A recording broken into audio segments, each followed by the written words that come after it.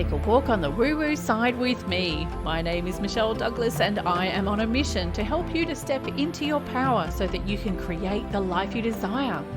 Visit me at empoweredlifeprograms.com to learn more.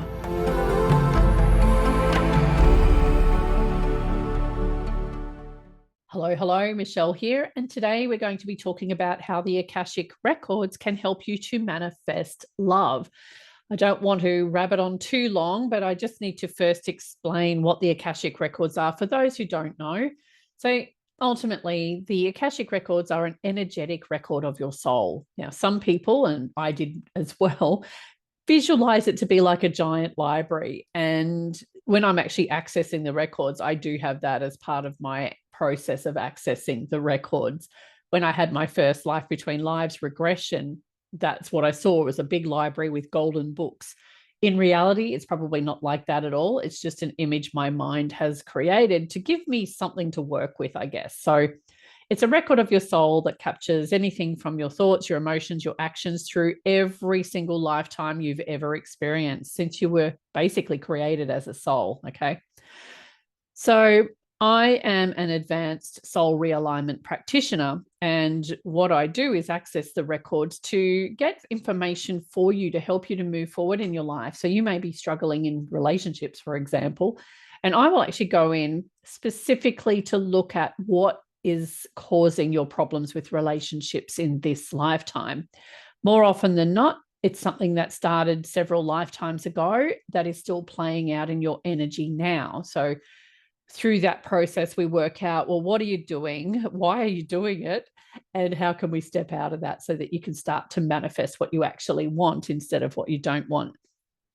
So the great thing about the Akashic Records is that it does help you to understand yourself better as well. So that's one of the first things I do is look at your soul profile, get a really clear picture of how you are wired as a soul and situations you thrive in, situations you may struggle in, other aspects of your soul, like about your gifts, your strengths, your qualities, that sort of thing. So that sort of helps us to get an understanding of who you are.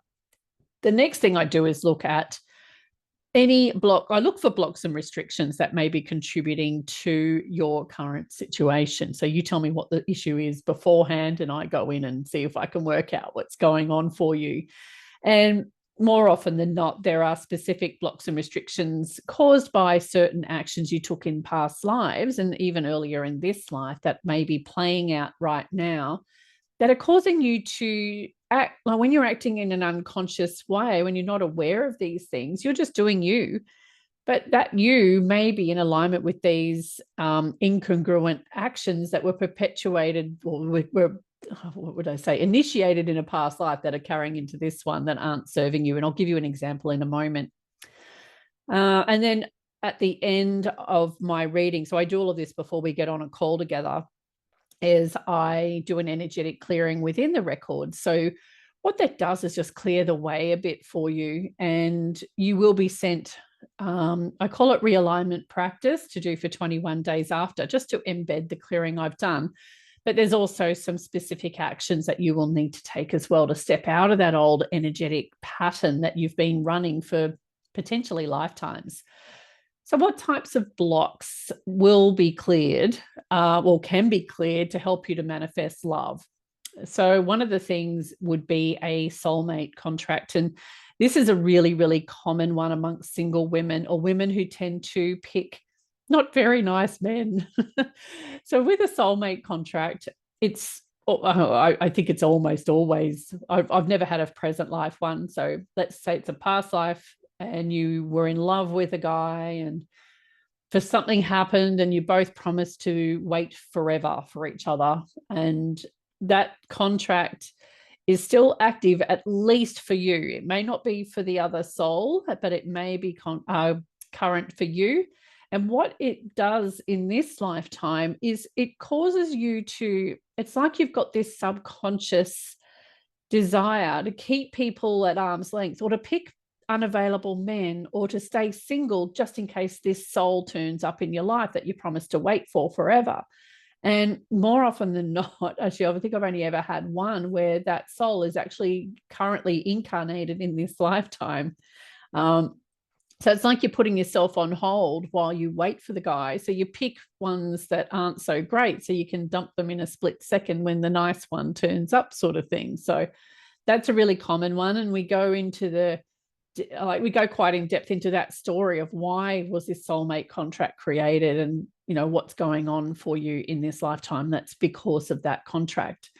Another one might be a vow of sacrifice. So a lot of when you think back to several lifetimes ago, people agreed to do all sorts of terrible things that they, and unknowing, like they're ultimately good people, but they've agreed to do certain things for the betterment of their family or what the cause or whatever it is. And so I see a lot of women in particular who swear a vow of sacrifice, and that could be giving up a child because they fell pregnant out of wedlock and stuff like that. And it could also be, people joining military organizations and agreeing to give up all of their family or friends or something like that. So there's always an interesting situation behind that. And what happens with these ones is that in this lifetime, they keep sacrificing themselves. Like they keep, sacrificing themselves so others can have what they want, sort of thing. So that's really common for parents who sacrifice having what they want so their kids get everything they need, and sacrificing yourself in the workplace or in relationships or anything. So you're basically forcing yourself to go without because you've got this old energetic vow of sacrifice that's causing you to do that. You're not even aware you're doing it necessarily. So this is something that often gets picked up. And when I talk to the client about what's going on with that, they go, oh, they start joining the dots. And there's probably a lot of obligation energy in what they're doing. So they're doing a lot of stuff out of obligation, which is often way out of alignment with who they are as a soul. So what happens when you take actions that are out of alignment with you? You create circumstances that don't align with what you actually want. You actually just creating what we call negative experiences. Now, negative for one isn't negative for another. So I use that word loosely. But yeah, so if you're doing things and taking actions and making choices that are out of alignment with who you are at soul level, you're going to create circumstances that you do not desire. Okay, that's bottom line. There's a whole lot more. And what I'm going to do in the coming weeks is stick some episodes in about actual case studies of readings I've actually done. Obviously, I'll be changing names and circumstances to protect the person that I have read for, but you're going to find that they're very, very interesting. And you might be able to you might resonate with some of those, but if you don't want to wait that long and you want to have I can't even speak today, an Akashic Records reading, I do a single reading which gives you the basics. So it gives you your soul profile, and we'll look at one situation and we can work through that and get some ideas on how you can move forward with that. And that comes with a PDF of your soul profile, because that's never going to change from now until forever. That's just how you are wired at soul level. And we'll come up with a very brief action plan, some ideas on how you can move forward. So that's single reading. You won't get any ongoing support with that, obviously, which is what can happen with that is that people sort of start well and then drop off. So that's why I created Manifesting Magic.